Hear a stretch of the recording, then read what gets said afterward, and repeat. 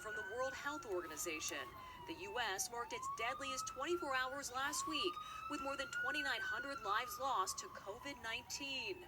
The number of deaths that are accruing on a daily basis tell you what was happening maybe 3 or 4 weeks ago in terms of new infections. So we're going to see deaths continue to rise even as the epidemic starts to peak and decline. The former FDA commissioner warning that when you take the New York tri-state out of the equation, the spread is more persistent. There's about 20 states where the number of new cases on a daily basis is increasing, and the actual overall trend nationally is towards more hospitalizations and more new cases. The virus has a firm grip on Gallup, New Mexico. It's so bad the governor closed all roads in and out of the city. They're turning people around.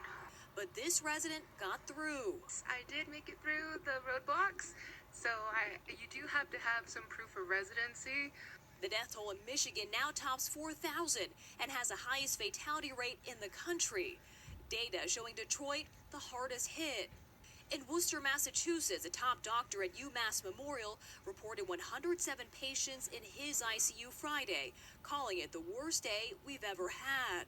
Cases continue to climb in New Jersey, but hospitalizations are down. The Garden State now joining New York in a Northeast consortium to boost the purchasing power for PPE, ventilators, and medical equipment. Today, Governor Andrew Cuomo announcing hospitalizations dropped below 10,000 for the first time since mid-March. During the height of New York's outbreak, we met doctors fighting to save lives.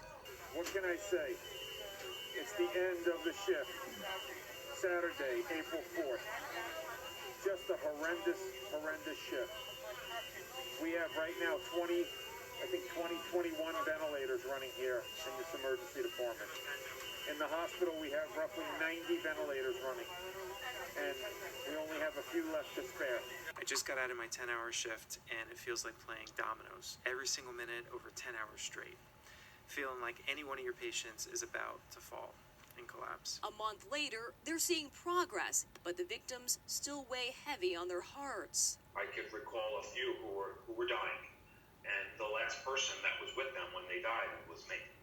Today, Dr. Ernest Patty sharing lessons learned. Can't take anything for granted. And 3 reasons for staying motivated. They're the reason why I'm so happy, I can tell you that. It's so devastating. Kathy's with us in Central Park.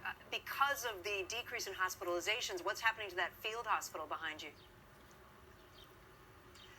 Well, Kate, they will actually stop taking new patients starting tomorrow, and in total, 191 COVID-19 patients have been treated at this location since April 1st. And you see that here. They're gonna make it seem way more dramatic than it is. But first, I want to give all praises unto Yahweh, the Ba'ashem Yahushua, Ba'ashem Rakakadash. Double honor to the apostles and elders of Great Millstone. Shalom to you, brothers, Christians, truth, and sincerity all over the earth. Another shalom to you, hopeful elect. And then you see how Esau uses his media to push agendas, man. And they're going to keep ramping up the numbers, keep upping the numbers. For what reason, man? So America can keep getting scared, putting more fear into them, and do this to what happens. That vaccine, man, and best believe that vaccine is going to make more people drop dead than than the so-called coronavirus, man. And that's what they're pushing, man. They're going to keep doing it, and they're putting it all over NBC, all their news medias, man. They're pushing it on everything to get people scared. They want people to constantly keep talking about COVID-19. 19 is doing this, it's killing this many people. We need to do this, we need to do that. Why? So you can get vaccinated, man. So you can keep going on with their New World Order agenda. That's why they want to keep doing it. That's exactly why. And this is going to be quick, man. Just a quick one scripture. And I seen that, and I had to say something about that, man. Because there's no way that all this stuff that keeps happening on the news, and people catching it, dying, and all this stuff, we still don't see no bodies. We see people in hospitals. They doing this, they doing that. You got doctors all in the camera. We do this is the worst we ever seen. We've been doing this and this and all that, and you know how Esau is, man. They don't take nothing. All of them work for Esau, man. The doctors, lawyers, judges, all this other stuff, man. So what you've seen on the news, it may seem like it may be real, and it might be real, but they're in some way, shape, or form, Esau is not telling you the truth, man. Esau is not going to give you the full story. So something's going behind closed doors that we don't know about, man. Talking about all these people dying, but ain't no bodies, ain't no funerals, ain't no people grieving, ain't no none of that. People just dying and we just forgetting about it. And here it is, you burying people, you doing all this. What are you supposed to do with a diseased body, man? If a body has a chronic disease or illness or whatever the case, a virus or any type of anything, what are you supposed to do with that body? Do you put it in the ground?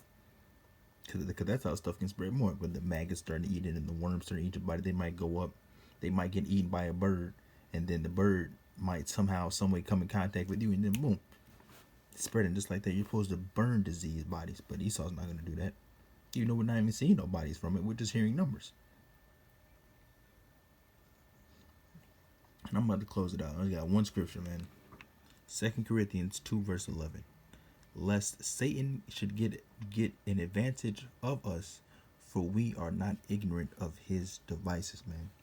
We're not ignorant of Esau's media, his news that he pushes all his agendas through, man.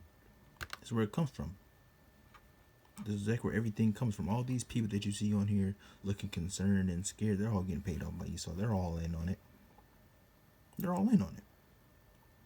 Only thing they use for the news is to push stuff. Especially at a time like this. What do you think they're going to keep using the news for?